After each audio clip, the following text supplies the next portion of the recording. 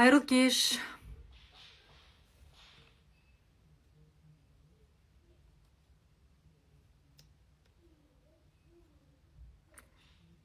Қайырлы кеш, қалайсыздар? Так, бүгін 3-ші эфир. Алғаш қатысып отқандар бар ма бүгін? 3-шісін толық алып жатырсыздар ма әлде барлықтарыңыз? Саламатсыз ба?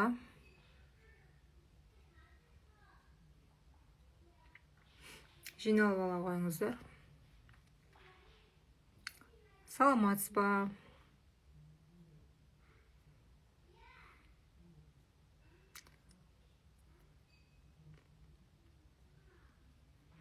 Сәлем баршаларыңызға.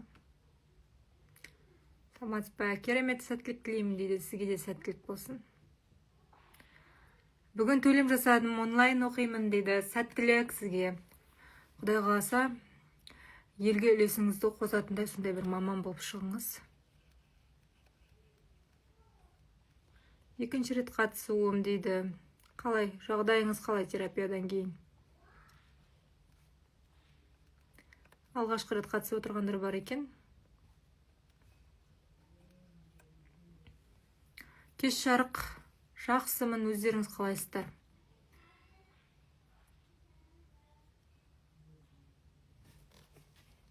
Бір күнде 2 рет алуға бола ма дейді. Бір күнде 1 рет алыңыздар, сол жетеді.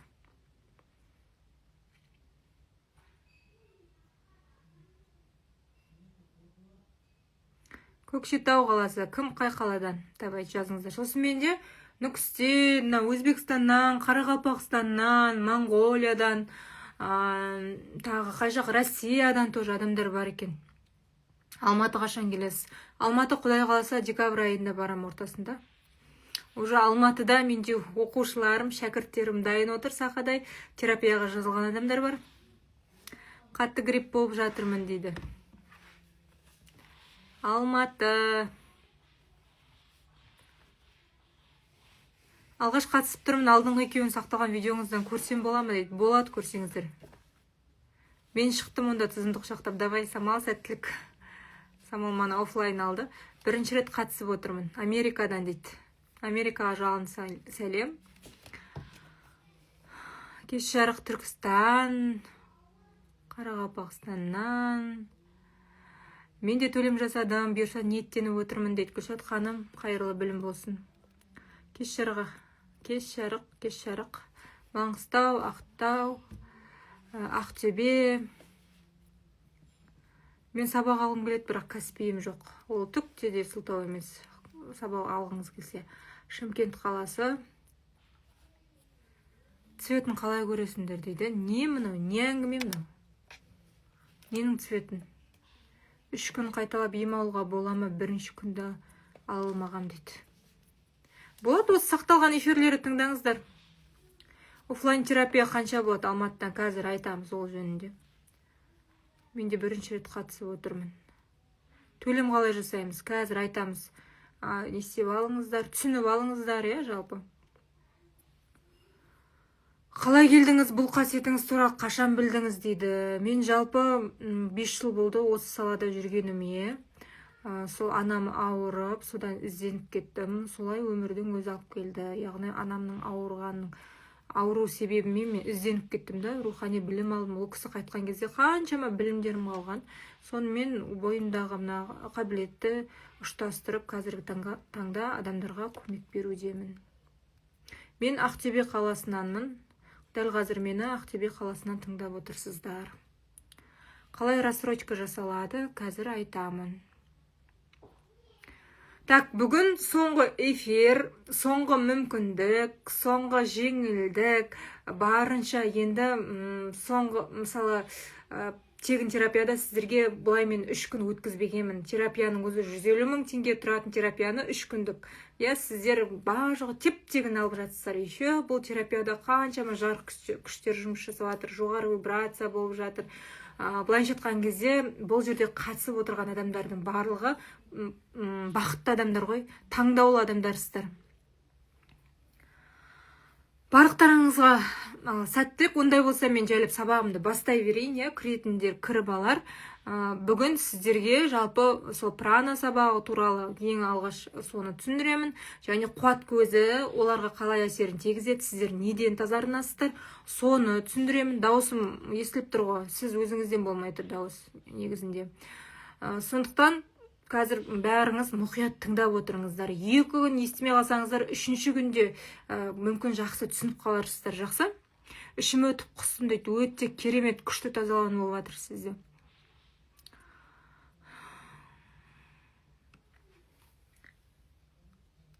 Аумин. Сіздерге де Алла тағала разы болсын. Давайте, мен комментарий очередь тұрайын. Так. Бүгін сіздерге мына жаңадан қосылып отырған адамдар бар, әлі пранотерапиясы туралы сұрайтын адамдар бар. Пранотерапиясы адамдарға қалай көмектеседі, сіздер қалай тазаланып жатсыздар, қазір мен сіздерге соның барлығын ашып түсіндіріп айтып беретін боламын. Жалпы пранотерапиясын қазір оқуының сіздерге бір 2-3%-ін мен сіздерге көрсетемін. 2-3%-ға тола ма толмай ма білмеймін, бірақ жалпы адамның бойында 7 қуат көзі бар. Мына чакра деп айтамыз енді ілімнің тілімен, бірақ қуат көзі деп біздің қазақта да бар. Мысалы, 3-ші көзің ашық болсын, жүрегің ашық болсын деп айтады. Сол сияқты бізде қазақта да жүрек көзі деп айтады. Сондай сөздердің барлығы негіз біздің өзіміздің ата-бабаларымыз білген ғой. Соны қазір біз басқа шетелден оны дамытып, зерттеп та біз қайтадан сатып алып жатырмыз. Сондықтан қараңыздар, қазір сіздерге кәдімгідей четко бетіп бірінші класс әріп түсіндірген сияқты түсіндіріп беретін боламын. Так, мынаның ішінде не бар еді? Мынау бар, қосылады жарды.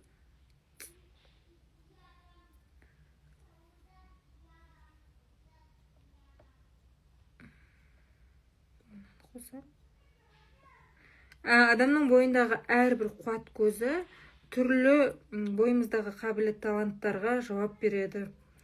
Ол қабілеттеріңіздің қаншалықты, қандай деңгейде, қандай қабілеттің бар екенін білу үшін сіздерге қазір жеке-жеке түсіндірілетін болады.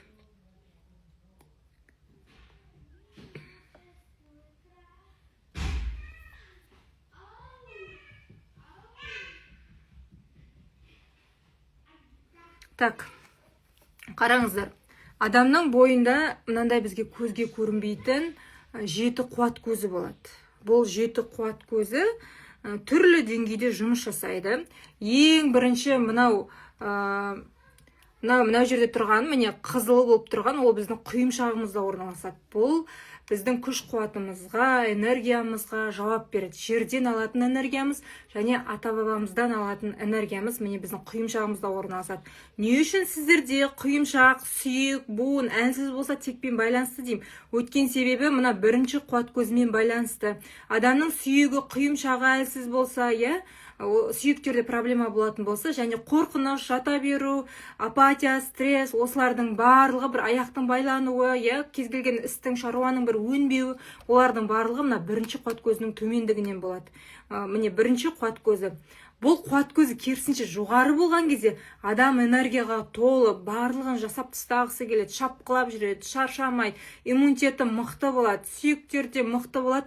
Не только өзінің энергиясын ғана емес, өзгелерге сол энергиясын шашып жүретін адамдар болады. Ондай адамдарда бар, білесіздер, мен адам қалай шаршамайды осы деп айтамыз ғой. Міне осыдан, мысалы эфирде де өстіп бетіп, қайта-қайта кәдімгі энергияның толып келіп отыруы, бұл жерде қаншама жарық күштер жұмыс жасап отыр, солардың әсеріне міне энергиямыз толып, бірінші қуат көзіміз толып, кәдімгідей бергіміз келіп отыр да, қуаттандырып отыр бізді. Осында кейде ата-тектен келмей атқан қуат болмаған кезде әлсіздік пайда болады. Демек, ата-текті тазалау керек, болмаса ата-тектен келе жатқан қарғыс дуаларды шешу керек дегенді білдіреді. Оны шешу үшін міне пранотерапиясын оқыған кезде әрбір қуат көзіндегі осындай минустарды тазалаймыз. Яғни мына жерде бірінші қуат көзі ме, бірінші қуат көзіндегі бүткіл қорқынышты аламыз, жаман энергияны аламыз, жаңа энергияның жетпеуі, әлсіздікті, сүйектегі бүткіл ауру сырқауларды, тектен келе жатқан теріс бағдарламаларды, қарғыстаулардың барлығын түп тамырымен алып, ол жерге жаратушының таза тұнық энергиясын жібереміз, яғни прананы жібереміз. Осылай біз алақандағы мына биотокпен, энергиямен мен сіздерді 3 күн бойы тазалап жатырмын. Ойлаңыздаршы енді. Сіздер бұл пранотерапиясында оқыған кезде де дәл осы нәрселерді жасап үйренеді адам. Түсіндіңіздер ғой? Одан кейін екінші қуат көзі міне бізде қуық тұста орналасады, ер адамдарда, матка тұста орналасады, әйел адамдарда. Ол біздің өмірден ләззат алуымызда, өзімізді жақсы көруге, елдің алғысына бөленуге, жалпы өзімізді қаншалық жақсы көреміз, соған жауап береді. Отбасымен қарым-қатынасымызға, отношениеге жауап береді. Енді бұл қуат көзінде көбінде отношением дұрыс болмай жүр, жаңағыдай самооценкам төмен, өзгелердің өзін төмен санаймын, болмаса эмоциямды шығара алмаймын, қуана алмаймын, постоянно үрей тұрады, болмаса мен еркек болып кеткен сияқтымын деген әйелдер болады. Женская энергиясы төмен. Былайша айтқан кезде өзін ұмытқан, өзгелер үшін жертва состояниедегі әйелдердің барлығында мына осы матка тұсындағы екінші қуат көзі төмен болады. Ер адамдарда да солай. Яғни өзінің қалауын ұмытып кетеді, өзгелер үшін жүгіріп жүретін адамдарда екінші қуат көзі төмен болады. Осы қуат көзін тазартып, тоже сіздермен жұмыс жасап жатырмын да. Мына үшінші терапияда да осылармен, мына 7 қуат көзімен қайта жұмыс жасап жатырмық, тазартып жатырмық, нұрды құйып жатырмық орнына деген сияқты. Міне осылай осыны да тазалауды үйренеміз.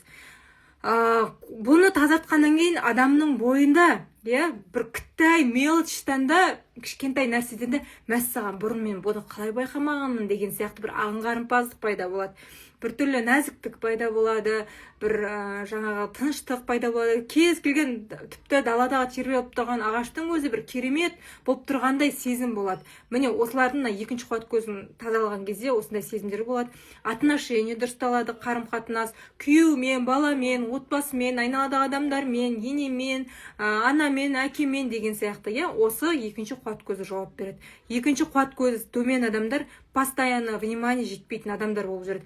Сол үшін ол автоматты түрде, бейсаналы түрде өзгелерге көмектесіп, солар алғыс айтса екен, солар бірдеңе айтса екен, солар мақтаса екен деп жүреді. Өйткені ол адамның өзінің қалауын ұмытып кеткен, өзгелерден соны естіп, сол қалауының орнын толтырғысы келеді. Олай емес. Сіз мына екінші қуат көзін өзіңіз ғана өзіңіздің қалауыңызбен толтыра аласыз. Ешкім сіздің қалауыңызды білмейді, айналадағы адамдарда. Сізді айналаңыздағы адамдарға шашақ болмады ғой. Сізді айналаңыздағы адамдарға бүткіл жақсылық жасаймын дейсіз ғой. Сізді ол адамдардың нақты қалауын білмеуіңіз мүмкін. Сіз жасап жатқан жақсылық мүмкін ол адамға керек болмауы да мүмкін, іші басқа нәрсені қалаған болуы мүмкін. Сондықтан шапқылап жүруді қою керек. Мына екінші қуат көзі өзгелер үшін шапқылаған кезде, өзін ұмытқан кезде блокқа түседі. Оның сәйкесінше қарым-қатынас бұзылады, өзін төмендетеді, өзін бағаламайды, эмоциясы жоқ болады, бір өмірдің былайша айтқан кезде түсі кетіп қалған сияқты болады. Түсіндіңіздер ғой да? Осы нәрсені тазалаймыз. Одан кейін үшінші қуат көзі мына сары болып тұрған, ол асқазан тұста орналасады. Бұл асқазан тұста орналасқан кезде ішкі құрылыс, асқазан, іш құрылыстың барлығына осы үшінші қуат көзі жауап береді. Үшінші қуат көзі ол біздің материалдық дүниеміз. Материалдық дүниеде сәттілік, жетістік, ақша, байлық, осыларға жауап береді.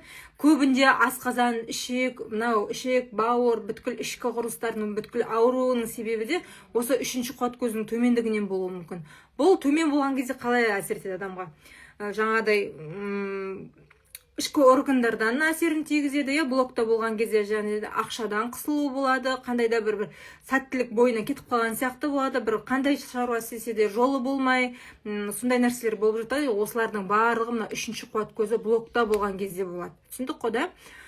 Бұны тазалаған кезде, наоборот, адамның жолы ашылып, ақша каналы ашылып, ақша потогы ашылып, сәттілік келе бастайды. Бұрын ойлап жүрген армандар, қол жетпей жүрген дүниелері жаймендеп, алдына мүмкіндік болып келе бастайды.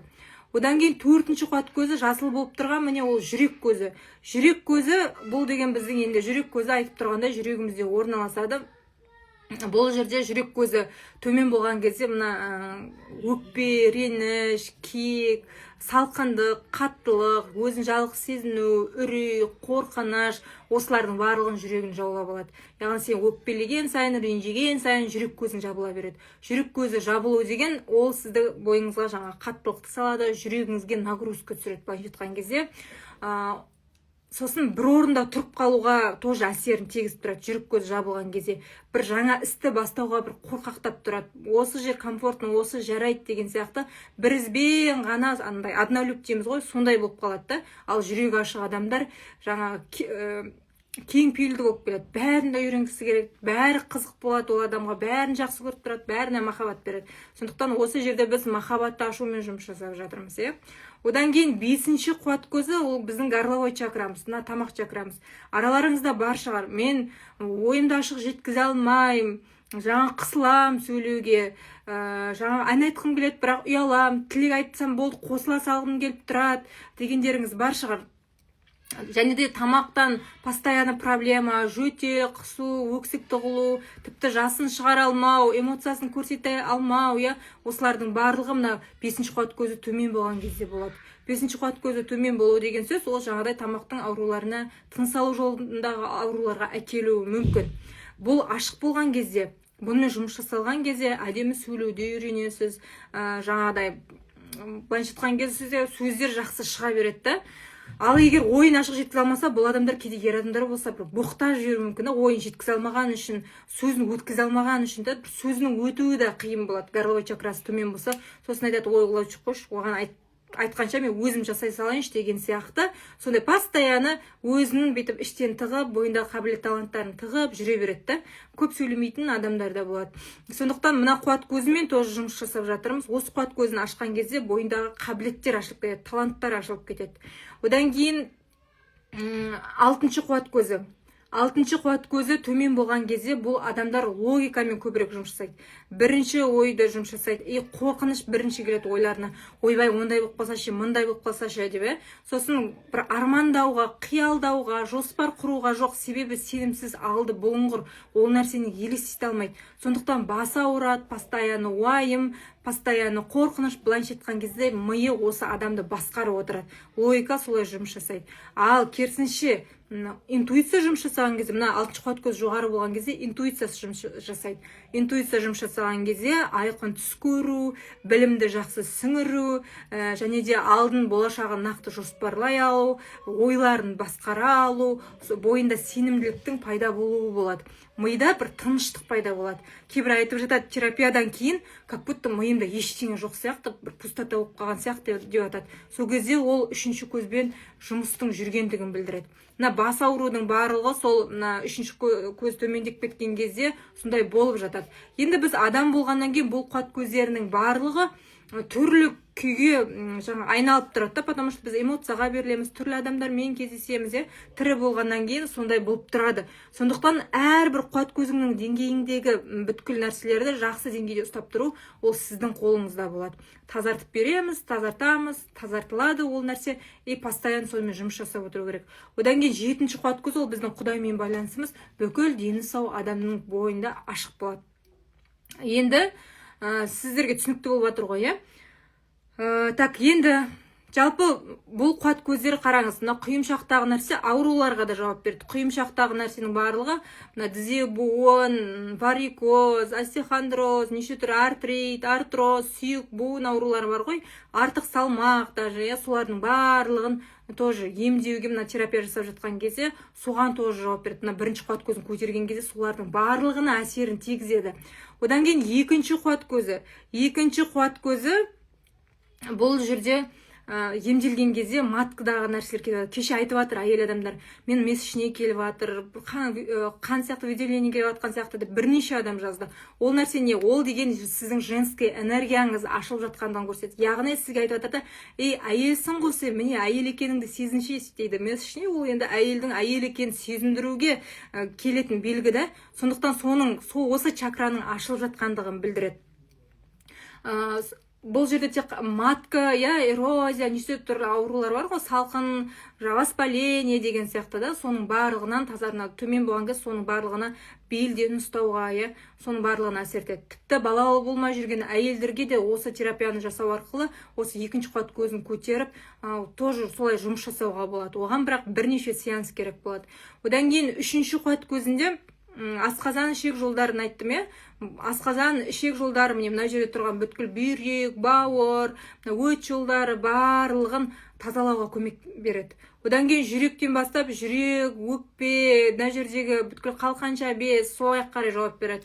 Мына жердегі горловой чакрасы тыныс алу жолындағы кедергілер, мұрын, даже мұрын, гайморит болса, тамақ аурулары, құлақ, солардың барлығына жауап береді. Одан кейін уже алтыншы қуат көзі сіздің көзіңіз, басыңыз, бастың қысымы, давление деген сияқты нәрселерге жауап береді. Кейде кеше айтып жатыр, давление болып жатырмын. Ол нәрселердің барлығы мына бірінші қуат көзінен болуы мүмкін. Көбінде мына жерде тамырлар қысылғанда болады. Сол нәрсе бірінші қуат көзіңіз жұмыс жасап жатқан болуы мүмкін. Осы кезге дейін мысалы сізде дұрыс қан жүрмей қалды да, мына қан тамырлары ашылған кезде сізде анау шок болып жатыр ғой, басыңызда шок болған кезде ол бірден давлениені көтеріп жіберуі мүмкін. Үшінші көзіңіздің ашылып жатқандығын көрсетеді. Осылай міне біз талдап көрсете аламыз да. Пранотерапиясы дәл осылай көмектеседі. Осылардың барлығын тазартуға көмектеседі. Міне жеті қуат көзімен біз осылай жұмыс жасаймыз. Енді бұдан бөлек аура қабаттары бар. Адамның аура қабаты бар. Аура қабаты деген бізден көрінбейді көзімізге, одандай қоршалып тұрады. Примерно 7-8 сантиметрге дейін кете беретін аура қабаттар болады. Ол аура қабаттарында да тіл көз болады, дуа қарғыс болады, адамның қара ниеті болады, түрлі тектен келе жатқан теріс бағдарламалар болады, кармаларыңыз болады. Солардың барлығын тоже энергиямен тазартып алып тастаймыз. Одан кейін мына екі артыңызда ата тегіңіз тұрады. Ата тегіңізден келе жатқан теріс бағдарлама, қарғысты олардың барлығын алып тастаймыз. Мына жақтағыда, мына жақтағында, нағаш жұртта, өзіңіз жақтағында. Міне осы нәрселердің барлығын тазартқан кезде адамның өмірінде жаңа өзгерістер пайда болады. Пранотерапиясының оқуында міне осылардың барлығын қамтып тазалай аласыздар. Яғни сіз өзіңізді тазарту арқылы түбіңізді, тамырыңызды, тегіңізді тазартасыз. Сонымен қатар сіз өзгерген кезде айналаңыздағы адамдар өзгереді.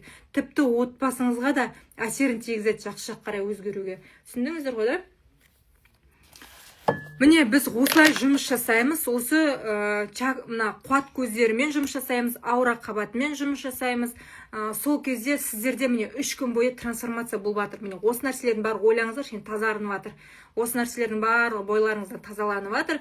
Енді әр қарайға сіздердің ол состояние қаншалықты ұстап жүре аласыз, эмоцияға берілмей, ашуланбай барынша сөйтіп жүрсеңіздер, ол жолдарыңыз ашыла береді. Жүрек көздеріңізді ашыңыздар, жақсылық жасаңыздар, мейірім төгіңіздер, ешкіммен ренжіспеңіздер, айналаңызға алғыс айтыңыздар. Просто осы состояниені, міне тазарған состояниені ұстап қалсаңыздар, өте көп жетістіктерге жетесіздер. Просто осы кезге дейін кедергі блоктардың барлығы ол сіздің мына қуат көздеріңіздегі ластанған энергиялардан болып тұр. Енді сіздер олардың барлығын тазалағаннан кейін жоспарыңызды жазасыз, соған сай әрекетіңізді етіп көріңізші, бүткіл мүмкіндіктер ашыла бастайды. Просто сіз оны көре біліп, ұстап қала білу керексіздер. Сол кезде айтасыздар: "Вау, Айдана ханым, мен ұшып жатыр, мынандай жетістікке жеттім, мынандай нәрсе болды, андай нәрсе болды" деген сияқты, Вот сондықтан да осы нәрсені міндетті түрде жасаңыздар. Осылай біз пранотерапиясының құдіреті осында. Біз осылай адамдарды тазартамыз. Бұл пранотерапиясымен айналысқан әрбір жан айналысып отырып, осы өзін тазалап отырады. Енді қараңыздар, сіздер мысалы прана маманы болсаңыздар, осы бойдағы жаңағыдай өзіңіздің қолыңызда мысалы бұл дұға тілектен тұрады. Ешқандай да бұл жерде ешқандай ширк, мынау дейтін ешнәрсе жоқ. Құдайдан дұға тілеу арқылы, жаратушы ием, осы жерде отырған адамдардың барлығына бойын жан тәнін емдеуге өзім қолыма соларға жететіндей күш қуат бере көрші деп сұраймын ғой, ниет етемін. Міне әрбір прана маманы осылай ниет етеді. Ниет еткен кезде Алла тағала сенің ниетіңе сай қаншама адамға көмектесін, соншалықты бойынан нұрлы қуатты өткізеді. Ойлаңыздар, сіз әрбір нұрлы қуат өткен кезде сіздің бойыңыз тазарына береді. Яғни әрбір адамды тазартқан сайын сіз тазарына бересіз. әрбір адамға жасаған сайын біреудің бір нәрсесі, қара энергиясы жығып кете ма деп емес, керісінше қолымдағы қуатты энергия олардың барлығын түп тамырын жойып жібереді. Міне осылай жасайсыз да, сіз былайша айтқан кезде қорқынышқа қарсы тұратын, қорқыныш сізден қашатын, қарғыс толар сізден қашатын сондай бір керемет жаратушының нұры түскен былайша айтқан кезде бір маман болып шығарсыздар. Міне прананың құдіреті осында. Мен сондықтан айтамын да, мына қасиетпен осы мамандықты біріктірген кезде сізде одан да ашылу болады, одан да ата тегіңіздің қолда отырады. Міне өткен себебі біз ата текті тазалаумен де, бүткіл қуат көзіндегі дүниелермен де, ата тектегі байланысып тұрған дүниелермен де жұмыс жүргіземіз. Сол себепті бұл жерде сіздің тегіңізде тазаланады, өзіңізде тазаланасыз, айналаңызда тазаланады. Осындай бір керемет дүние болады. Түсіндіңіздер ғой да? Енді прана терапиясы оқуына осы кезге дейін примерно 30-дай адам жазылды. Офлайны бар, онлайны бар. Енді бүгін тек соңғы мүмкіндік өткен себебі бұндай мүмкіндікті мен арзанға бағалап отырмын. 50%-бен жеңілдікпен беріп жатын 3 күннен бері білдіңіздер да. Мен тек осы прямой эфирде отырғандарға ғана жасап жатырмын. Міне қазір соңғы эфирді жасаймын. Осы жерде соңғы рет сондай бағаны қоямын. Бұдан кейін мүлдем ондай баға болмайды. Мен өткен себебі өз сөзімде тұратын адаммын. Өсу болмаса керісінше төмендеу болмайды. Себебі кеше сұрап жатыр да, сіздің терапияңыз бұрын 30 мың еді ғой, неге қымбаттап кеткен, еще жеңілдік деп 50 мыңға сатып жатсыз, 40 мыңға сатып жатсыз. Ол нәрсе болмайды. Сол кезде 30 мыңға жеңілдікпен алмаған адамдар уже 50 мың деген не ол, не деген қымбат деп кейбір бұрын алмаған адамдар сөйтіп шығады да, сол кезінде 30 мыңға алып алуыңыз керек еді деген сияқты да. Сондықтан әрбір мүмкіндікті пайдаланып жұлып алып қалу керек. Осы оқу кем дегенде сіздің отбасыңызға көмектеседі. Отбасыңызды, осы қолыңыздағы биотокты аша отырып, адамдарға осылай бойыңыздан нұрды өткізіп, көмектесуге былайша айтқан кезде, Құдайдың алдына ертең барған кезде не істедің, не бітірдің деген кезде адамның бойын тазаладым, бойындағы негативтерден тазаладым. Осындай адамға көмектестім деп барасыздар да, бүйтіп ұялып тұрмайсыздар. Сондықтан әрбір біздің осы өмірге келгендегі бір миссиямыз болады. Бұл нәрсе сол бір миссиямызды орындауға, адамдарға пайдалы болуға жасайтын бір іс әрекетіміз деп қарауға болады. Прана терапиясының оқуы онлайн болады және офлайн болады. Офлайн Ақтөбе, Ақтау, Шымкент, Алматы, Астана қаласынан, Атырау қаласынан да бар ойым. Атырау қаласы қосылып, кеше Атырау толтыра алмай жатыр, Атырау толып кеткен. Если оқимын десеңіздер, пожалуйста, Атыраудан да болады. Міне осы офлайн, осы қалалар, қалған қалаларда онлайн болады. Міне группаға жайлап жиналып жатыр. Ертең бүгін өткіземіз, уже ертеңнен бастап сабақтың сылықсы беріліп, түсіндіріліп, айтылып, жоспар қойылатын болады. Ешкімнің уақытын алмаймыз. Сабақты да мысалы мен 3 эфир жасаймын, оған 3 эфир жасаймын. Қалған сабақтың барлығы телеграмда тұр. Өзіңізге ыңғайлы уақытта қарап, жазып аласыз, жазатындар түртіп аласыз, және де практикадан тұрады. Практиканы беремін. Өзіңізге ыңғайлы уақытта сол практиканы жасайсыз. Мынандай 4 мен 10 аралығы мынандай практика жасау керексің, 10 мен 2 аралығы мынандай практика жасау керексің деген сияқты. Әрқайсысы практика беріп, міндетті түрде соңында кәдімгі әрқайсысы нәтиже алып кететіндей солай жұмыс жасаймыз. Енді бағаларына келетін болсақ, офлайнның бағасы 600 мың теңге негізінде, бірақ жеңілдікпен 300 мың теңгеге, осы міне 3-ші күн 300 мың теңгеге жеңілдікпен тұр. Одан кейін онлайнның бағасы 400 мыңның орнына 200 мың теңге жеңілдікпен тұр. Бұл нәрсеге не аласыздар? Сіздер халықаралық деңгейдегі прана маманы деген мамандықты алып шығасыздар. Және де адамдардың жаңағы бүткіл құндылығын ашуға жұмыс жасайсыздар, миссиясына көмектесесіздер, өздеріңізді тазартасыздар, өздеріңіздің ата тегіңізді тазалайсыздар. Одан бөлек сол оқуға келген кезде ең бірінші мен адамдарға бірден жаңағыдай сабақты бере салғанмен де практика жасауға рұқсат бермеймін. Себебі бірінші очередь мен оларды қайтадан топтық тазартудан өткіземін. Пранаға келген оқушы шәкірттерім топтық тазалаудан өтеді менен. Содан кейін барып қолдарыңыздың биотоктары ашылады. Ең бірінші одан кейін өздеріңізге терапия жасап үйренесіздер. Одан кейін үйіңізді тазалап үйренесіздер. Одан кейін бала шағаңызды, күйеуіңізді мүмкін білмеймін, сондай бір практика жасайсыздар. Одан кейін сол жерде отырған оқушылар, шәкірттер бір-біріне практика жасайды. Міне осындай основном практикадан тұрады.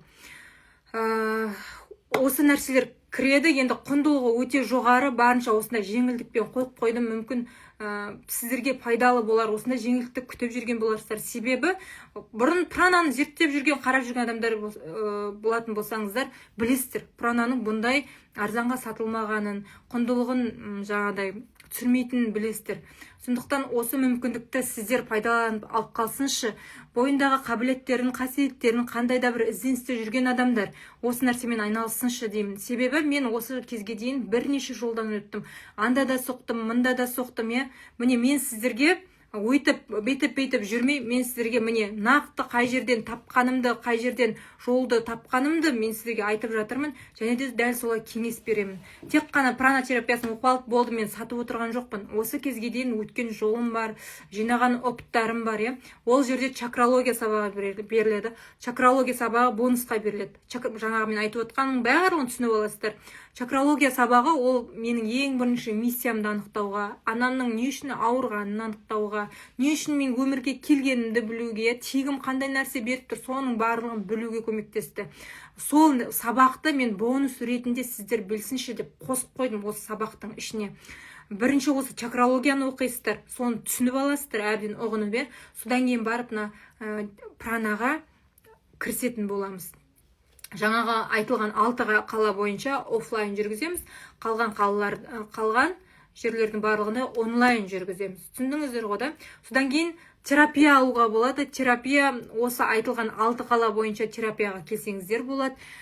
Жеке алсаңыздар болады. Оның да жеңілдікпен бағасы бар. Так, бір пранотерапиясы сіздермен офлайнда, бір терапиясы 50 000 теңге, 1 сағат уақытымыз бар, оның ішіне макросбор кіреді. Былайша айтқан кезде бүткіл запросыңызбен жұмыс жасаймыз. Қараңыздар, сіздер мына онлайннан, топтықтан қалай сезініп жатсыздар, енді ойлай беріңіздер, офлайнда сіздер оны қалай сезінесіздер. Одан кейін 3 рет пранотерапиясы, бір полный курс, яғни 3 терапияны алатын болсаңыздар, 100 000 теңгеге аласыздар жеңілдікпен. Яғни 2 терапияның бағасына, уже передоплата, мен номерін сақтап қойған, 2 терапияның бағасына сіздер 3 рет терапия аласыздар. Ойлаңыздар, 3 күн сізге терапия жасаймын, енді одан өзгеріс болмаса, енді білмеймін. Уже сіздің қолыңызға бүткіл нұсқаулықтар беріледі, тек просто вперед сіз өзіңіздің бір жеріңізді көтеріп алға қарай жүру керек боласыз. Түсіндіңіздер ғой? Онлайн 40 000 теңге бір терапия, 3 терапиясы 90 000 теңгеге осындай жеңілдікпен ала аласыздар. Давайте мен енді қосайын комментарияны, кімде қандай сұрақ бар, не түсінбеді, айтыңыздар, жазыңыздар, сіздерге жауап берейін. Давайте. Ализа ханымды қосамыз. Ализа ханым келді ма? Бар. Ализа ханым неше күннен бері, 3 күннен берге қоса алмай атқан менің шәкіртім. Бәріне арман болып жатыр. Құдай қаласа қазір қосамыз. Мына жерде шамалы сұраққа жауап берейін. Қайырлы кеш. Қайырлы кеш. Түсінікті, рахмет дейді.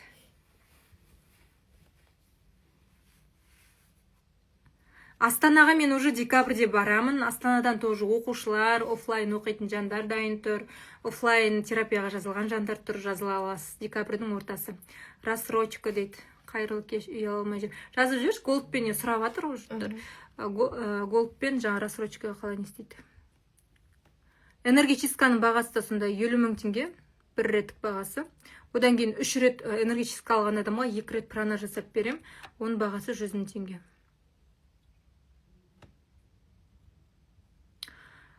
Айдан ханым, мен Нүкісте тұрамын, онлайн алсам бола ма? Болады онлайн алсаңыз. Онлайн 200 000 теңге, офлайн 300 000 теңге.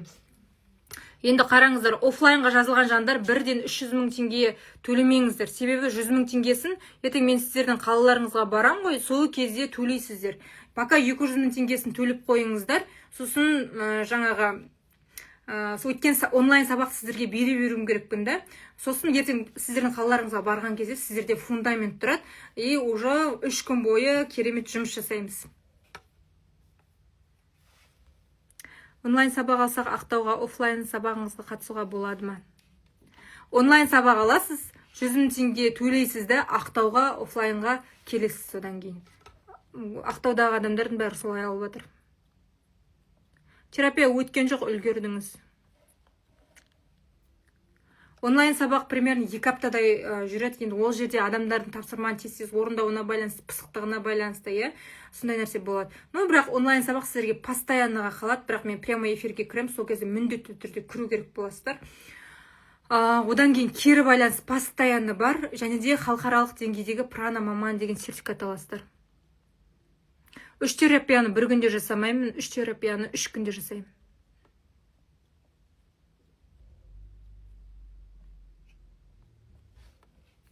Осы терапияны алсаң, аласың үйде дейді. Айгүл ханым менің шәкіртім ғой. Қорғасын құйдыруға көзқарасыңыз қандай? Өте жақсы қорғасын құйдыруға. Пранотерапия мен энерготерапия екеуі екі бөлек.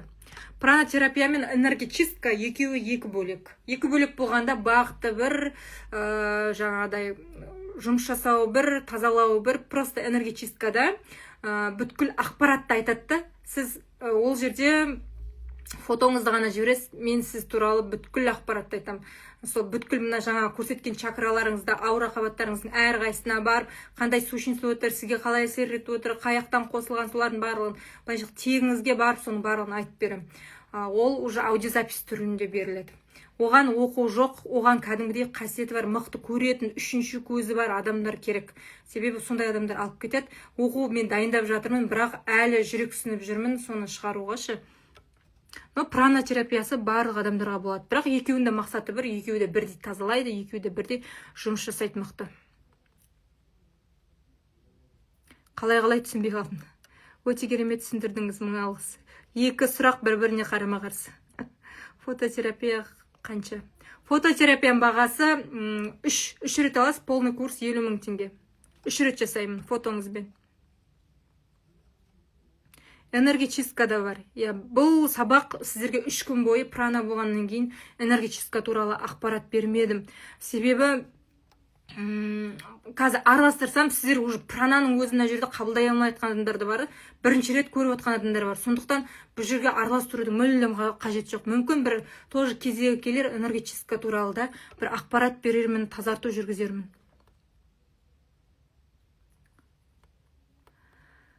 Рахмет, очень жду сабақты дейді, Құдай қаласа. Қашан келесіз дейді, қаяққа қашан келем? Мен кеше эфирден соң 2 алақаным қызып, ұйықтап қалдым. Ешқандай түс көрмедім. Таңертеңде ұйқыдан оянсам, 2 алақаным қызып жатыр. Оның өзі белгі. Оқыңыз, алақаныңызда қызған энергияны жұмсасаңызшы, пайдалы дүниеге. Қарлы түн Алматыда офлайн қашан өтеді? Алматыда офлайн со декабрьдің ортасы офлайн неде өтеді? Алматыда өтеді, декабрьдің басында Астанада өтеді. Энергетикаға жазылсам бола ма 3 күнге? Болады.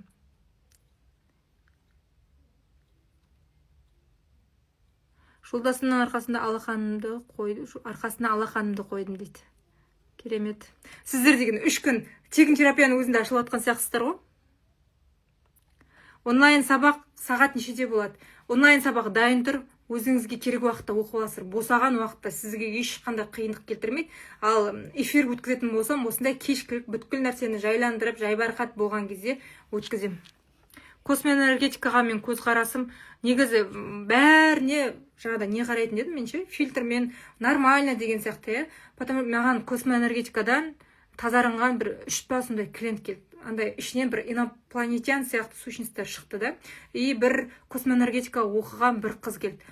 Тоже ластанып кеткен, ананы көргенде шошқан ғой, бастырылып қатты ауырған. Сол кезде білмеймін, маған көңіліме жақпай қалды. Негізі менің басынан қызығушылығым болған жоқ ол космоэнергетикаға. Енді білмеймін ғой, мүмкін жасап жатқан адамына байланысты, ол ақпаратты ол таза жүйектен алып жатыр ма, болмаса жаңағыдай сущностьтермен контрактте отырып алып жатыр ма, тоже білмейміз. Мысалы, мықты қатты өзгеріс болып кеткеннен де қорқу керек та, потому что контракт болып кетеді. Жақсы дейді да, мысалы сущность қосады. Мен қосылайын сенің тәніңе дейді да. Сен тәніңе қосып берейін, бүткіл арманы орындап берейін, бірақ ертең сен жапа шекпейсің, сенің ұрпағың жапа шегеді деген сияқты контракт болып кетуі мүмкін да. Сондықтан да барған кезде кімге тазаланып жатсыздар, кімнен алып жатсыздар, ол қалай жұмыс жасайды, барлығын зерттеп барыңыздаршы. Мен бәріне топырақ шашпаймын, но сондай нәрсенің бар екенін білдім да. Бірақ мүмкін таза жолмен да жасап жатқан адамдар бар шығар. Бірақ өте қатты бір беріліп, бір көріп қалдым, естіп қалдым деп бастарыңызды әр нәрсеге сұға бермеңіздер. Ішкі мына қалауларыңызды тыңдаңыздар.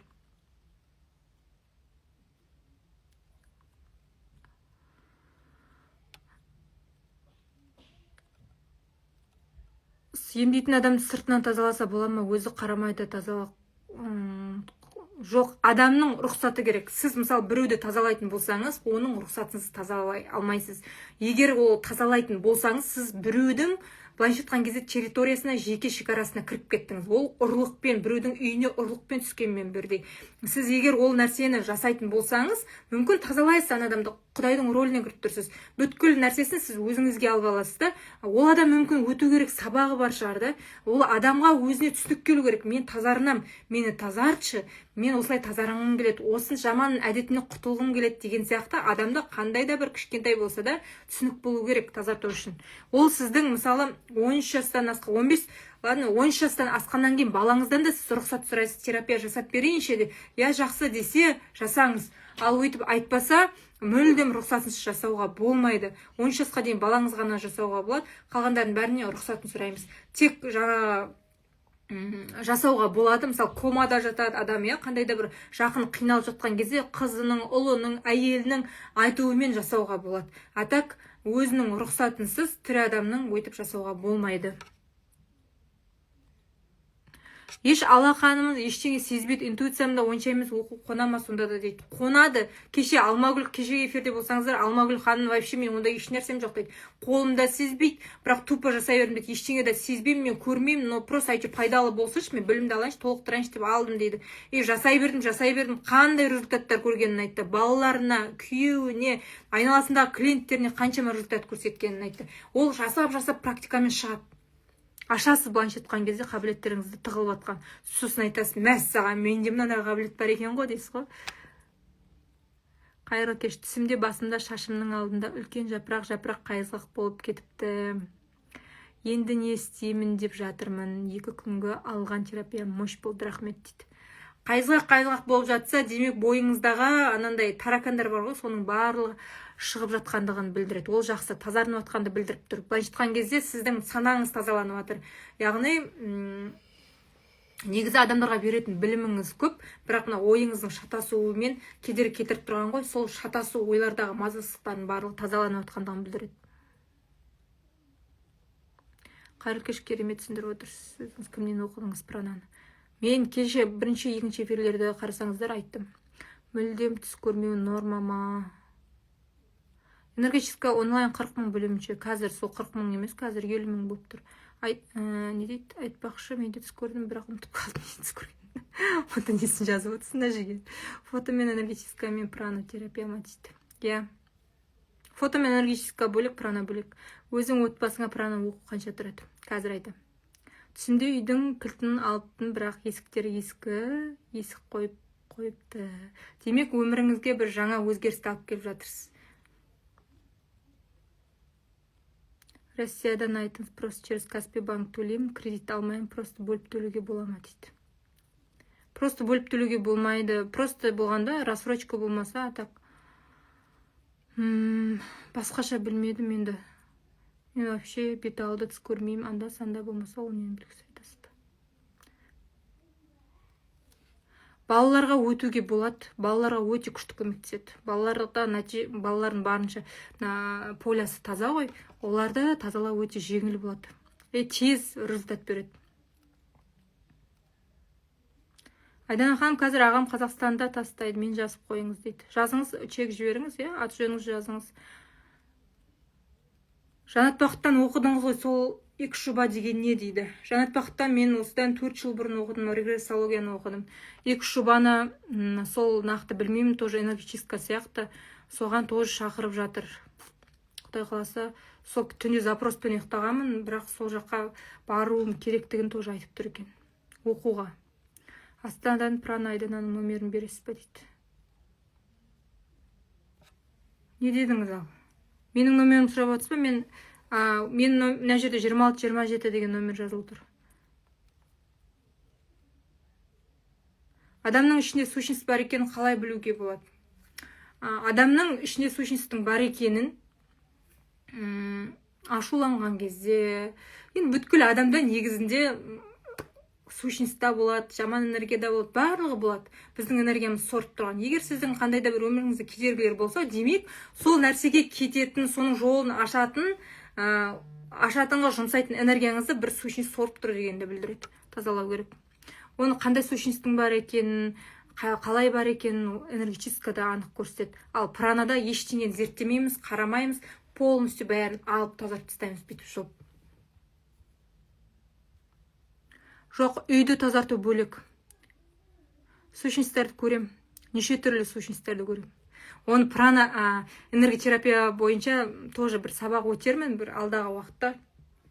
Бірақ ол өте ауқымды сабақ. Бұрын терапиядан, энергиядан, жаңағыда интуициядан хабар жоқ адамдар ол сабақ өте ауыр болады. Сондықтан ол ауқымды дүние болғаннан кейін көруге біреу дайын болады, көруге біреу дайын болмайды деген сияқты ғой. Ал прана терапиясы өте жеңіл, энергия керемет жүреді да мына жеріңізден.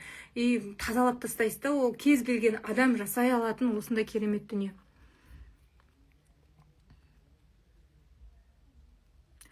Мен екінші күні енеме қатты айтып тастап жатырмын, жолдасым қатысты дейді. Бүткіл жинап қалған эмоцияларың шығып жатқан ғой.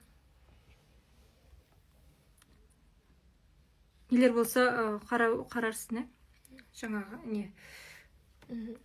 Так, кім оқығысы келіп отыр? Кім онлайн алғысы келіп отыр? Кім офлайн алғысы келіп отыр? Давайте жаза қойыңыздар. Мына жердегі номерге ашу көтерілгенде нормально. Бүткіл эмоцияны шығару керек болып жатыр. Мына бұлқынып отыр ғой, тәніңіз деген тазарғысы келіп жатыр да, соған мүмкіндік беріңіз. 2 күн міне қатысқалы жақсы ұйықтап жүрмін, түс көрмедім, ауырып жүргем дейді. Тамақ жей бастадым, рахмет дейді. Қандай керемет, көрдіңіздер ме? Ойбай, айтпадыңыз ғой, түс анда-санда көреміз. Ол ненің белгісі? Ештеңенің де белгісі емес, ол қалыпты жағдай. Жанат Бақыттан оқыдым мен бұрын регрессологияны 2021 жылы, 22 ме, 21-де ме оқыдым. Одан кейін міне 4 жыл уақыт өтті. Одан кейін де қаншама білімдер алдым. Мен онлайн неше теңге еді? Онлайнның бағасы 200 мың теңге, оқу, офлайнның бағасы 300 мың теңге. Давайте сіздер төлем жасайтындарыңыз жасап алыңыздар. Бүгін соңғы эфирден шыққаннан кейін маған кеше сондай еді ғой эфирде деп сұрамаңыздар. Сондықтан барынша осы мүмкіндікті пайдаланып алыңыздар. Жақсы. Мен онда Ализа ханым отыр ма? Ализа ханым менің шәкіртім, 3 күннен бері шыға алмай жатқан. Соны қазір шығарамыз, өзінің нәтижесімен бөлсін. Жақсы? Ализа ханым барсыз ба? Бар. Бұл кісі менің Шымкенттегі оқушым, жақында ғана оқыды, 200 мың теңге.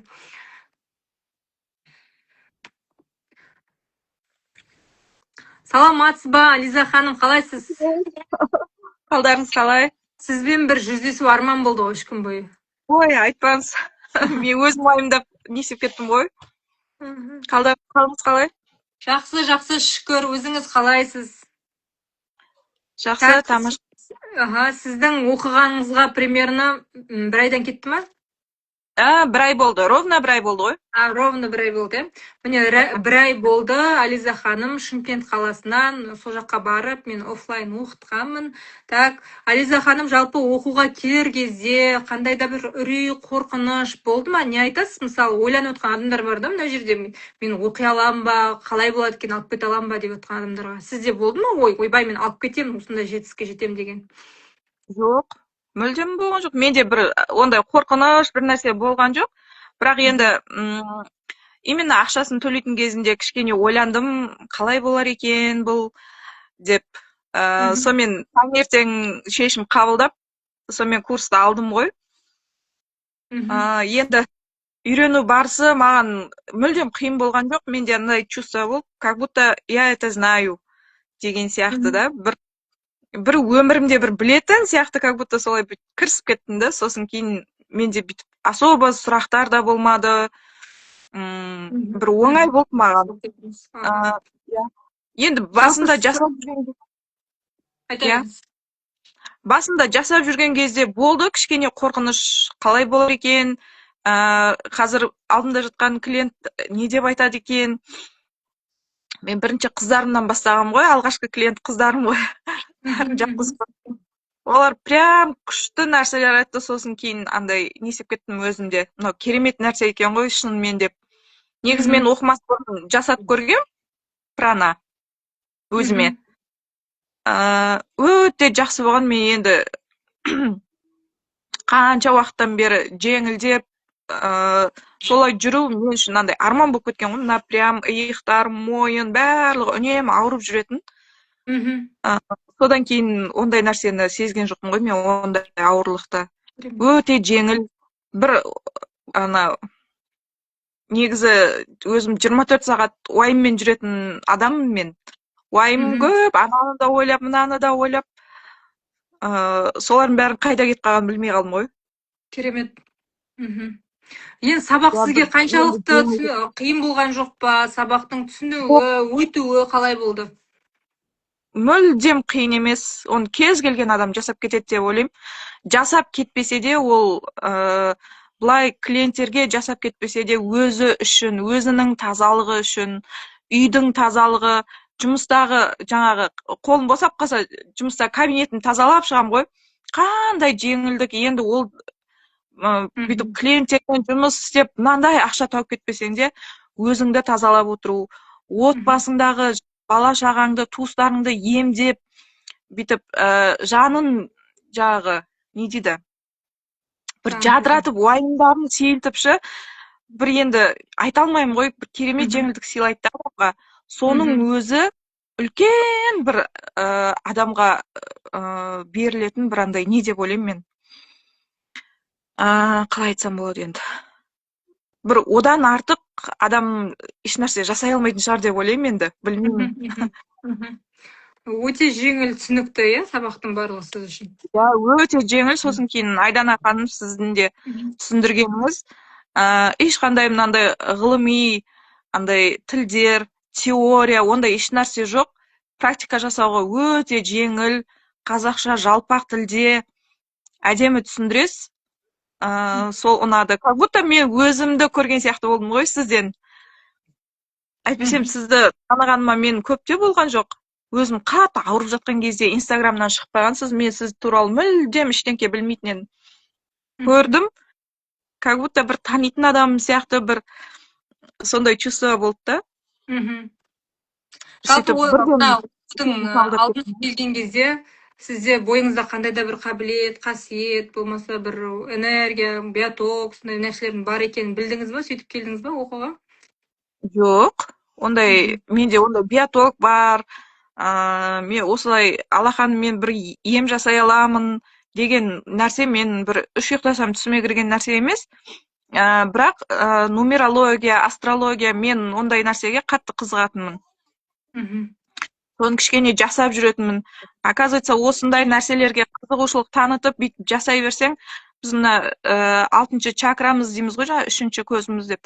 Сол ашыла береді екен, біздің интуициямыз күшейе береді екен.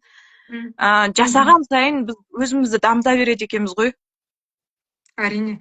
Мына сіздің мысалы айтып жатсыз ғой, ешқандай қасиетім, еш нәрсем болған жоқ, бірақ қазір сіз адамдардың қай жері ауырып тұрғанын, қалай болып жатқанын бәрін сезесіз да, терапия жасап отырып, бүткіл ішкі состояниесін. Мысалы, оған дейін бұндай нәрселер болмаған ғой, Ализа ханымда. Қазір өте бір ай болса да оқығанына мықты сезініп жатыр, жұмыс жасап жатыр. Иә. Мен алғашқы жасап бастаған кезімде қыздарыма жасадым, сіңілдеріме жасап бастаған кезде менде мынандай не болатын.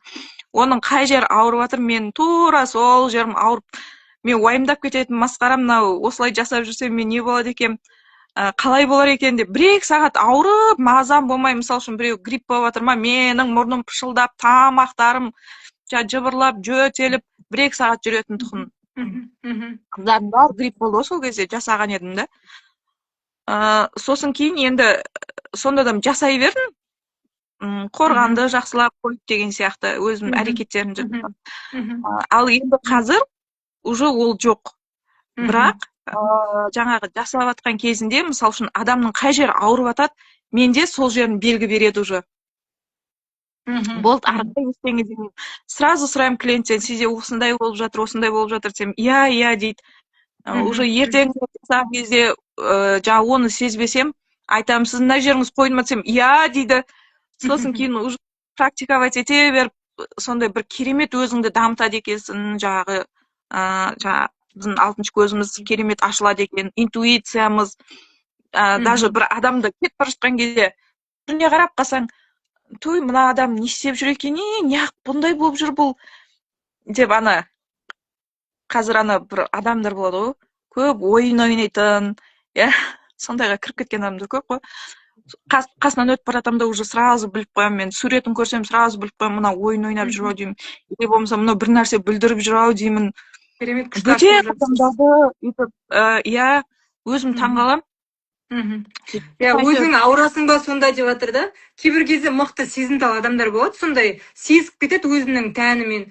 Ол нәрсе практика өткен сайын сенің күшің, қуатың көбейген кезде оның барлығы бойыңнан кетіп қалады. Но басында кейбір сезімтал адамдарда сондай болуы мүмкін. Сол сезімталдықтан мен сезіп кеттім деп сондай нәрселер айтуы мүмкін. Ол әрі қарай міне Ализа ханым сөйтіп жасай берген ғой, соның нәтижесінде бұл кісіге мынандай түрткен сияқты белгі береді ғой, әр нәрседен бүлкілдеген сияқты белгі береді. Менде де болады ондай нәрселер, уже клиенттің несін, ешқандай сенің денсаулығың ешқандай бір зиян, бір мысалы ауырып қалдың, ойбай бітті, саған зиян келтіреді деген нәрсе жоқ. Ол просто адамның қай жері ауырып жатқанын, яғни тәнің арқылы бір сигнал беру. Оны енді жалпы негізінде көбінде мына емдеп жүрген адамдар біледі ол нәрсені. Но бірақ сырттан келіп бұрын ондаймен айналыспаған адамдар ол таңсық болуы мүмкін да, бірден терапия жасап кеткен кезде ше. Ал уже оны постоянно жасай берген кезде оның барлығы жаңа тәніңде ол нәрсені жақсы қабылдайтын болады, жақсы бере алатын боласың. Осылай көмегін тигізеді. Міне Шымкент қаласынан Ализа ханым офлайн жазылам десеңіздер, мархабат, менің шәкіртім өте керемет нәтижелер көрсетіп жатыр. Жаңа балалардың отбасынан бастап, қандай өзгерістер болып жатыр, нәтиже болып жатыр клиенттеріңізде? Клиенттерде ең бірінші жеңілдік. Керемет жеңілдік болып қалды дейді, 100% солай естимін. Енді мен жаңағы бүйтіп қатты былай кірісіп кетпеймін да клиенттердің несіне, тек қана жаңағы өздерінің запростарымен жұмыс жасап, сол туралы ғана нәтиже сұраймын да, мынау қалай болып жатыр, өте жақсы деп айтып жатады. Жеңілдікті сразу айтады, мына керемет жеңілдік сыйлайтын нәрсе екен адамға. Керемет, Ализа ханым, сізге сәттілік, клиенттеріңіз көп болсын, жарқырай беріңіз, жарық нұр болып, осы айналаны тазартып, бәріміз үлесімізді қоса берейік. Сізден тағы да өте нәтижелер көп күтемін. Құдай қаласа Шымкент қаласына барған кезде кездесеміз, тағы да шәкірттәріммен сізді таныстырамын. Сол кезде бір үлкен нәтижелеріңізбен келіңіз, Құдай қаласа. Құдай қаласа. Рахмет үлкен. Жақсы, сау болыңыз. Рахмет. Сау болыңыздар. Баса қойыңыз. Полностью шығып кетесіз. Аяқ қарай, Айсу аяқ қарай тұр, мына жерде 300 адам қарап отыр, сен берші шашыңды бұрап тұрсың бар. Мен қызым. Жоқ. Так, міне бұл менің Шымкенттегі менің шәкіртім, жақында ғана оқыды, мен 1 ай бұрын ғана мен Шымкентке барып кеткенмін. Осындай нәтижелер көрсетіп жатыр. Бұл да бір үлкен. Мен сіздерге кешеден бері қанша уақыт болған, 5 ай болған, 4 ай болған, 6 ай болған шәкірттерін көрсетіп жатырмын. Мен кеше жақында ғана оқыған шәкіртімді осылай нәтижесімен бөлісейін деп алдарыңызға шығарып отырмын. Осы прана оқу міне көрдіңіздер, дәлел ретінде көрдіңіздер. Бұлардың барлығы басында ондай нәрсе болатынын ойламаған, қабілеттер ашылып кететінін ойламаған, просто барғанда шешім қабылдады, оқуды алды.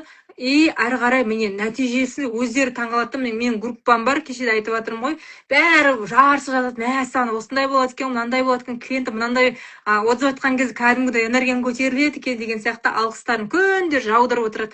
Олар да күнде осы клиенттерден алғыстарын алып отыр. Қараңыздаршы, адамға ең керек нәрсе елдің батасын алу, алғысын алу, иә. Осы нәрсемен айналыса отырып, елдің батасын, алғысын ала отырып, өз жолдарыңызды ашасыздар.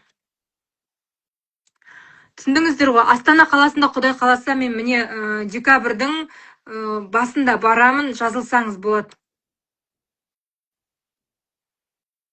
Жаңгүл ханым отыр міне, офлайн маған срочно керек десеңіздер, Жаңгүл ханым бар, шәкіртім астында жазып отыр. Соған жазылсаңыз да болады. Айдана ханым, қазір ақшам болмай тұр, сосын оқыған 600 мың болады ма дейді. Негізгі бағасы 600 мың теңге. Қазіргі мына неңізді сақтап қою үшін передоплата төлеп сақтап қойсаңыз болады орныңызды. Жеңілдік болуы мүмкін, бірақ дәл бүгінгідей 300 мың теңге деген жеңілдік болмайды. Семейден шәкіртім менің, мен білмеймін, Семейден бар ма екен. Ұмытып қалдым, еще 40 адам бар. Менде оқыған қыздар осы кезге дейін 50 шақты шәкіртті тәрбиеледім. Енді Құдай қаласа міне бір 30-40 шақты адам тағы да қосылайын деп тұр олардың қатарына. Өстіп осы елімізді тазартуға көмек береміз. Қарақалпаққа келмеймін. Так, Астана қаласында бүгінге келіп, мына Роза ханым сұрап жатыр екен, Жаңгүл ханым жаза қойыңыз, если болсаңыз. Сіз тазалағанда сол бөлмеде тазаланады ма? Ол бөлмеде сіз жап-жарық болып сіздің энергияңыз тазартып тұрады да. Но бірақ үйді тазарту бөлек, үйді бөлек тазартып алу керек негізінде. Осы прана сабағында үйді тазарту міндетті түрде кіреді. Үйді тазартып үйренесіздер. Ең бірінші оққан кезде үйлеріңізді тазартып аласыздар. Кәдімгідей сезінесіздер үйдің қалай тазарынғанын. Қазір төлеп кейін оқуға бола ма, бөліп төлеу бар ма? Болады. Басым ауырды, сынып дейді. Ал оқу бойынша басқа сұрақтарыңыз бар ма? Нені айтайын, Айсұлу ханым, басым ауырды, сынып дедіңіз, айтып жіберіңізші дедіңіз. Тазаланудан кейін ба? Нормально. Айттым ғой мен сіздерге кеше. Болуы мүмкін, бас ауру, құсу, лоқсу, іш өту, эмоцияның ойнауы, бұрын ауырмаған жерлер жаңа ауырып, одан ауырмай кеткен жер қайттан мазалауы, оның барлығы трансформация, қозғалып жатыр. Мысалы, қараңыздар, сіздерде қандайдар миларыңызда қатып қалған негативті энергия болды, сізде оны бардықта біз полностью бүйтіп алып тастадық. Былайша айтсаңыз, теріңіздің мына жерінде қара дақ тұр деген, соны алып тастағанмен бірдей алып тастадық. Теріңіз жазылам дегенше әбден қанайып сөйтіп барып жазылады ғой. Ашиды, орны ауырады, сосын барып жазылады. Дәл сол сияқты сіздің миыңызда, басыңызда қатып қалған негативті энергияның барлығын сорып алып тастағаннан кейін, ол өйткені ол нәрсеге үйреніп қалған, біз полностью алып тазартып тастадық та, енді қалпына келем дегенше сондай нәрселер болуы мүмкін. Әркімнің энергиясы әртүрлі. Біреулер бірден тазарынып жарқырап кетіп жатады, біреулер де сілкініп жатады, эмоциямен ойнап тазаланып жатады. Бірақ оның артында сіз күшті жарық күтіп тұрғанын білу керексіз. Түсіндіңіздер ғой? Ақтауға оқытуға январь айында келемін. Январь айында не болып жатыр? Россиядан айтыңызшы, рассрочка істей алмасам, через Каспий банк толық төлей алмаймын. Каспийге бөліп төлеуге бола ма? Каспийге қалай бөліп төлейсіз? Сіз Россияда тұратын адамсыз, мен қақтан табам сізді. Сіз өзіңіздің еліңізден қандай да бір рассрочка алып алыңыз, соны барыңызда реквизит арқылы Қазақстанның счетына аударыңыз. Түсіндіңіз ғой? Ақтауға оқытуға қай айда келесіз? Январь айында келем. Эмоцияның ойнауы, болады. Прана енді бола ма? Прана міне соңғы күн бүгін тегін болып атқан. Атак ақылы түрде аласыздар. Ер адамдар айтпақшы, ер адамдар тіркеліп, мен бір кәдім қуандым, ер адам оқимын деген кезде. Оқуға жазылды Ақтау қаласынан офлайнға. Ер адамдар бар ғой, бұндай нәрсені қабылдаса, олар мықты өсіп кетеді. Кәдім мықты өзгеріс болады. Потому что олардың милары көрген дүниясында сол моменттегі өзгерістерді жаңағыда тез қабылдайды. Так олар бола ма екен, болмай ма екен деп сенбей, сондай көбінде сондай көзқараспен отырады да, ал олар әрекетін жасаған кезде мықты өзгеріс болып кетеді ер адамдарда. пожалуйста, оқуға келіңіз. Рассрочкаға ештеңе қосылмайды дедіңіз, дұрыс па? Иә, қосылмайды. Мен енді кірдім, жаңа ғана инстадан көріп қалдым дейді. Қош келдіңіз. Міне аяқ асты ашуланып кетулеріңіз мүмкін, қабылдай білулеріңіз керек дейді. Прана алған адамдар уже түсінеді. Негізі мамандығыңыз қандай? Менің мамандығым жетеді. Мен оқымаған дүние жоқ. Менің мамандығым осы энергиямен қатысты. Мен регрессологияны оқыдым, чакралогияны оқыдым, энерготерапия, энергочистканы оқыдым, прананы, биоэнергетиканы, слиперствоны оқыдым. Міне энергиямен қатысты дүниелердің барлығын оқып, мен бір ғана нәрседен оқып, мен сіздерге алдарыңызға жарқ етіп шыға қалып жатқан жоқпын. Осы кезге дейін 10 мыңға жуық адамның тазаруына көмектестім. Тек 50 адам деп отқан мен пранадан оқытқаным. Осы кезге дейін 500-ге жуық адамдарды оқыттым. 2 жылдың ішінде мен оқытып жатқаным. Атак оның алдында менде оқу болған жоқ, бірыңғай адамдарды қабылдадым. Офлайн курста үй, көлік, жұмыс орындарын тазалауды үйретесіз бе? Міндетті түрде үйретем.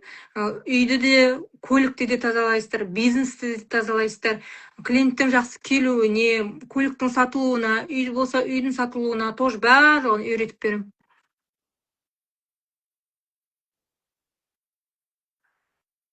Так, Ақтауға келесіз ба? Келем Ақтауға. Январ айында уже адамдар жазылып жатыр. Сонда қасиетіміз болса, сосын ашылуы мүмкін ба? Иә, ашылады қасиеттеріңіз. Айтып тұрмын ғой, жаңа адамдар білмейді, міне шәкірттерім. Ашылып кеткен.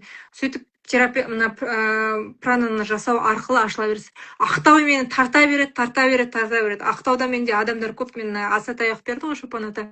Содан бері онда мен түс көріп барғанмын. Сол жаққа шақырып атқаннан кейін түс көріп, просто қызымды ертіп алдым да, сол атаның басына барайыншы деп, Шопан атаның басына барған кезде, бірінші сол жаққа тоқтаймыз ғой, сол кезде осылар, оның алдында бір жыл бұрын барған кезде тоже бардым, сол кезде түс көріп барғанымда Шопан атаның есігінің алдынан қарап тұрған. Ол кезде мен білмеймін Шопан атаның есігінің алды қандай болатын, вообще қандай. Шыққаннан кейін көремін, дәл түсімдегі тауды көріп тұрмын ғой Шопан атаның басынан шыққаннан кейін. Ол жаққа барған кезде өксік, кәдімгідей тығылып, жылағым келіп, айналамдағы адамдардан ұялам. Сондай қатты қысқан. Одан кейін келесі жылы дәл сол уақытта түс көрем, Бекет атаның басын көрем түсімде. Сразу барам. Бекет атаның Асатаяғына барам мен, соны ұстап, энергиясын сезініп, кәдімгідей мықты тоже трансформация болады. Содан шығып Шопан атаға барам. Шопан атаның басында құдық бар ғой, құдығының суы тартылып қалған екен. Бірнеше адам болып келдік. Сол жерде құдықтан бәрі су тартып алды, бірнешеу тартты, ешкімге шыққан жоқ. Мен давай мені салып көрейінші деп. Салам, тастаймын. Бір кезде анау ауыр 2 ағай, 3 ағай келіп тартыс көмектесіп жатыр. Сосын мен өзім тартайыншы деп тартып алсам, ішінде анандай жарты шелек су шықты. Оның бетінде қараңыздаршы, қауған шелектің басына бүйтіп байлап тұрып, жаңа ағашты байлап жүрген ғой. Талдың бұтағы, жас талдың бұтағы байланып тұрған, бірнеше уақыттан бері жатқан ананың ішінде ше. Менде бар.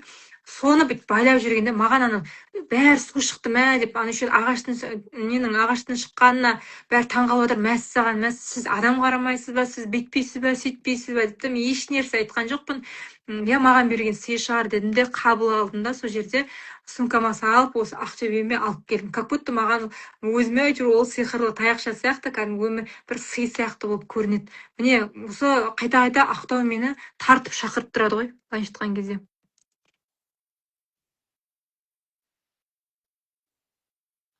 Балам тұтыға түсіндетке отырғызған кезде қорқып қалған пранамен емдеу алуға бола ма? Болады.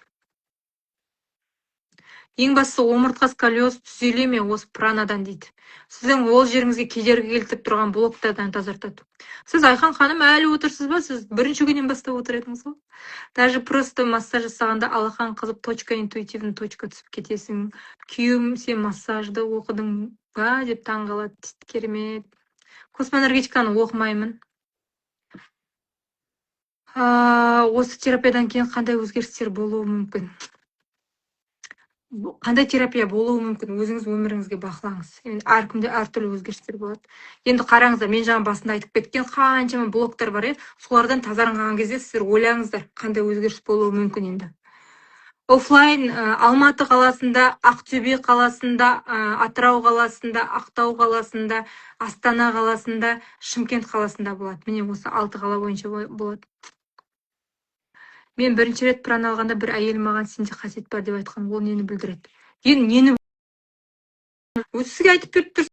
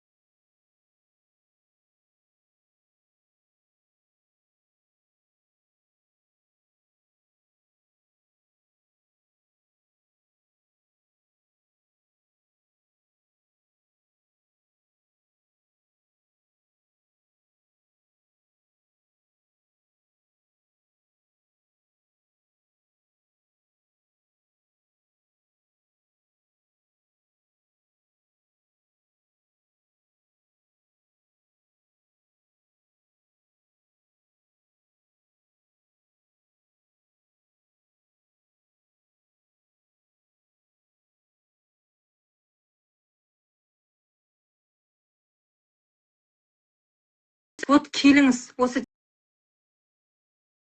терең екенін білесіз. Байланысты үзу керек келді бұдан сайын. Бір терапия алды, 2 күн қатыстым, бүгін күн ұзаққа жүрегім ашылып жатырған сияқты, және басым тап-таза, рахмет дейді. Рахмет сізге де. Прананы күнде ала беруге бола ма? Ала беріңіз, ешқандай зияны жоқ. Бірақ мен мына 3 күн эфирді міне қарап алыңыздар, ертең алып тастаймын. Потому что оны қазір қарайтын адамдар болады, сосын қайттан менің қайдайдым адамды алады, сонда жеңілдік қойып қойсыз ғой, бересіз ба деген сияқты. Сондықтан міне қарап отырып алып күнделікті алып отқан адамдар, нағыз жолы болғыш адамдар, сол мүмкіндікті пайдаланып қалыңыздар. Алматыда декабрьде боламын.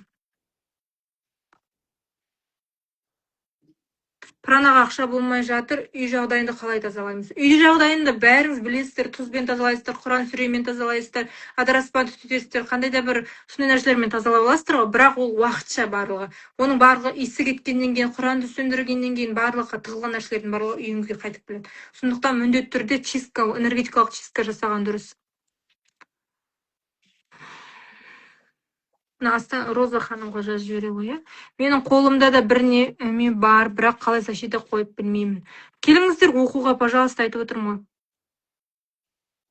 Декабрьде Алматыға мен 14-15-і, 16-сы сондай уақыттарда барам.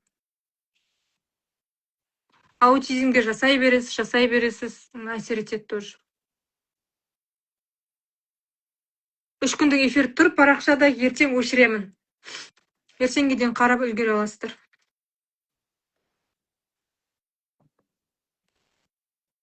Так, давайте онда жатыңыздар, барлықтарыңызға терапия жасаймын. Терапия күтіп отырған жандар болса. Мен Ақтөбе. Жеке қабылдаймын. Энергетическа бағасы 50 000 теңге.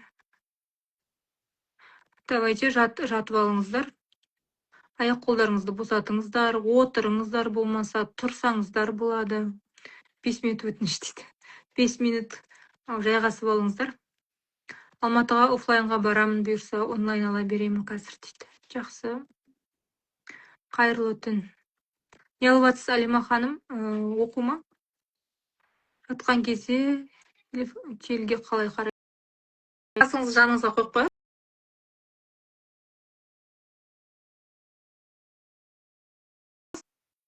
Сәлеметсіз бе, кітап аштырған едім, бойымда қасиет барын айтты дейді. Сол қасиетті қалай ашамыз? Оқуға келіңіз, қасиетіңіз ашылады. Шымкентте офлайн онлайн терапияға оқылатын келсін. Менің оқушым жазып жатыр, Алиса. Не сұрап отыр? Менікін алшы ма, менікін берші құрсын. Қоймайды ғой бұлар. Азайын кетеді. 5-ші задатка жіберіп қойдым дейді. Оқуға задатка жібергендеріңіз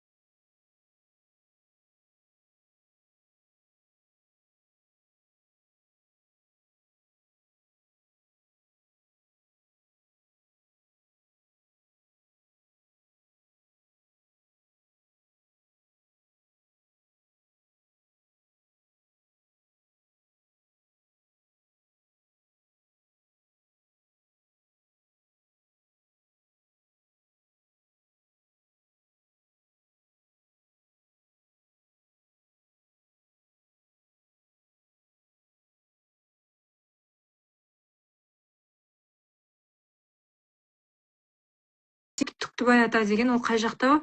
Қай жақта? Bir күні мен түс көремін ғой түсімде. Маған жалпы біреу айтқан да сөйтіп сенің бата алу керексің деп қасиетіңе бата алу керексің деген. Содан түсімде бүгін түс көресің түсіңде айтады деген ғой. Түсімде жатамын, ұйықтап жатамын түсімде. В общем, ұйықтаймын, түс көремін түсімде біреу мені бір үлкен жаңағы менің енемнің абысыны бар да, үлкен кісі ғой, әже. Сол ұрып жүр да, ұмытып қалма, міне мынандай атадан бата аласың, сол кісіден бата аласың деп мені кәдімгідей естіп жүр да, ұмытып қалма деп ше. Таңертең ұйқыдан тұрамын, ұмытып қаламын ғой. Сол атаның аты. Мен как будто осы аты сондықтан сұрап жатырмын.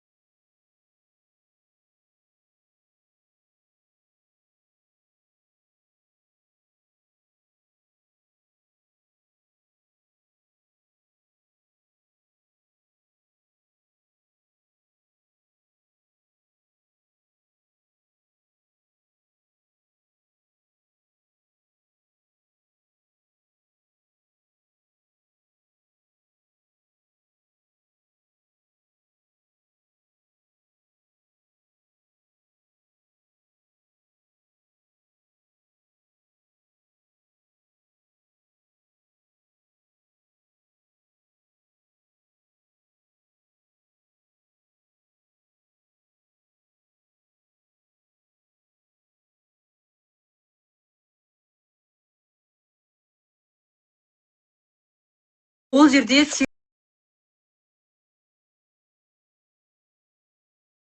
сіз бала өзіңізге бұл профессионалды оқуда егер